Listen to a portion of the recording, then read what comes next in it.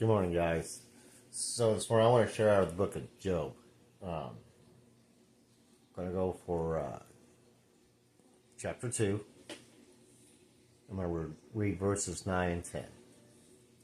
Now let me set this up. So the book of Job,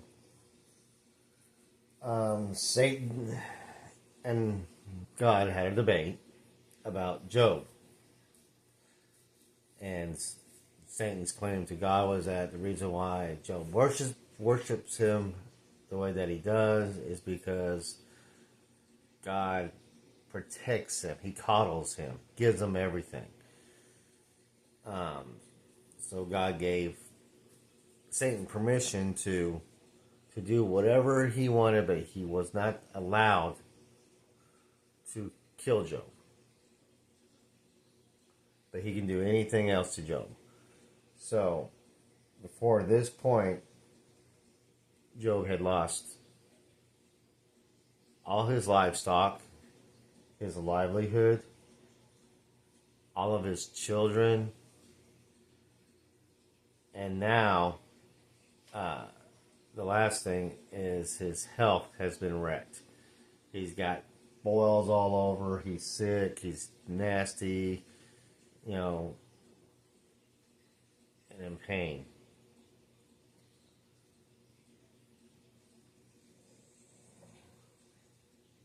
So he's sitting in some ashes, he's all dirty, hurting, and then his wife spoke to him, and this is where we're going to start. Job 2, 9 and 10.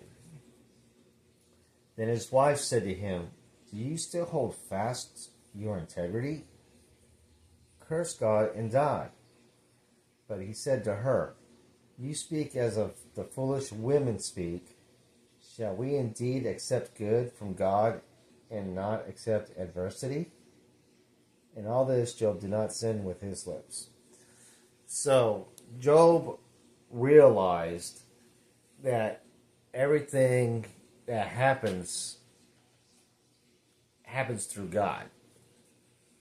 It's God's will, whether it affects us in a good way or in a bad way. The bad things that happen to us are made to help us become more reliant and more dependent upon God. It's designed for us to reach out and cry for God for help. It also, in my opinion, is kind of a safety valve to our pride, to our arrogance. It keeps us in place. Because if nothing ever goes wrong, man with our sinful nature tends to become arrogant, and some even go as far as to thinking that they can do no wrong and they are God, when in fact they're not. So, and Job realizes this, and despite all this pretty much losing everything, he still held fast that God was sovereign and ruler over all, and he accepts these bad things that are happening to him, though he doesn't understand why. And then, of course, as this further goes out, it gets into when Job really contemplates to the why that everything was happening to him. And then by the end of the book, God actually speaks to Job, because Job started to get ridiculous. And that's another thing that we got to be care of, because if we try to rationalize everything that happens, uh, we can also get ridiculous ourselves. You know, and what I mean by ridiculous, I start questioning God as, well, this guy is a drug dealer with millions, and he's got everything in the world. Why is he getting rewarded and I'm getting punished for following you? You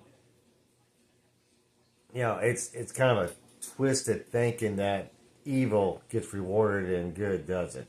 That Satan loves to put in our minds to make us doubt God's sovereignty and God's will for good to be happening for us. Hope that didn't come out awkwardly. But anyways, but Job, even in the moment where he has just lost everything and now his health, still at this point had not questioned God and had not showed any anger or ire or doubt in God.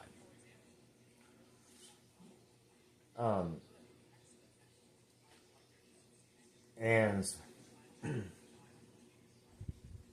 kind of a interesting footnote,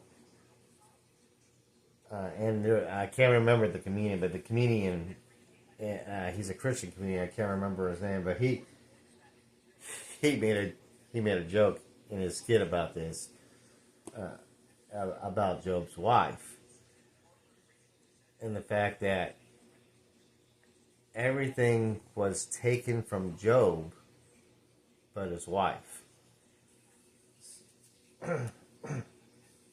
and I guess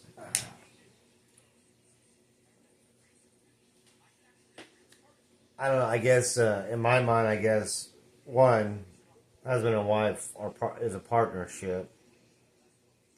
God has said when a man marries a woman, the two become one flesh. So I think that's one reason why Job's wife wasn't taken from him.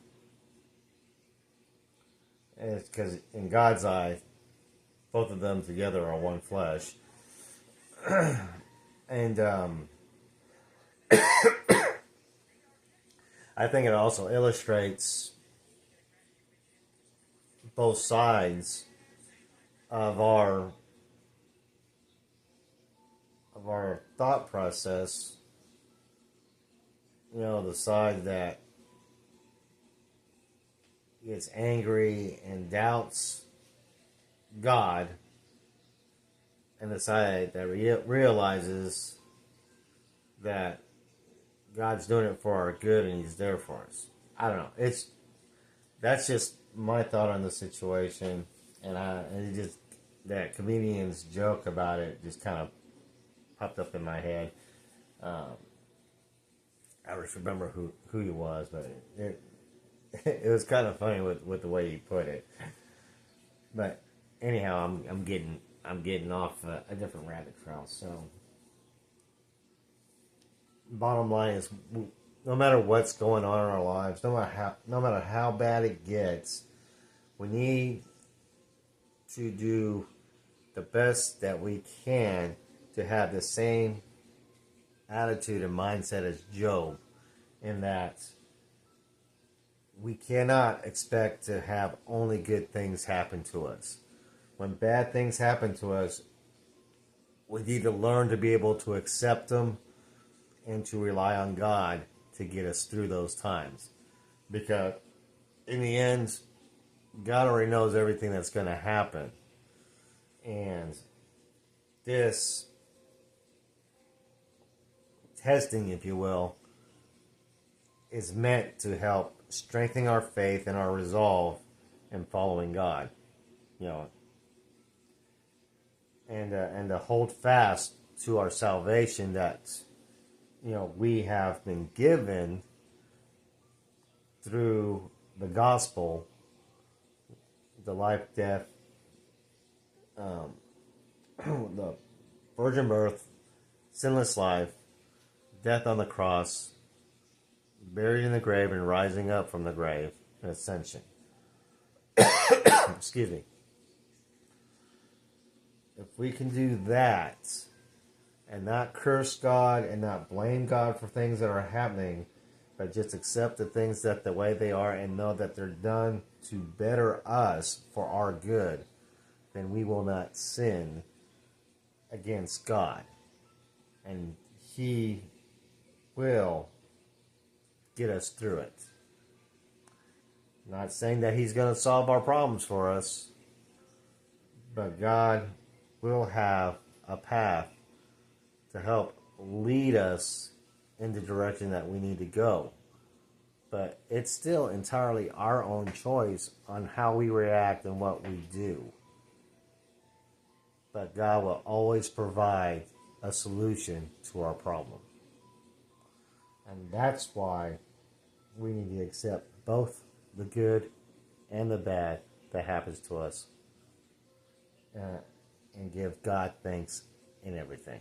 So with that, I love you guys. You have a blessed day, and we will see you tomorrow. Bye.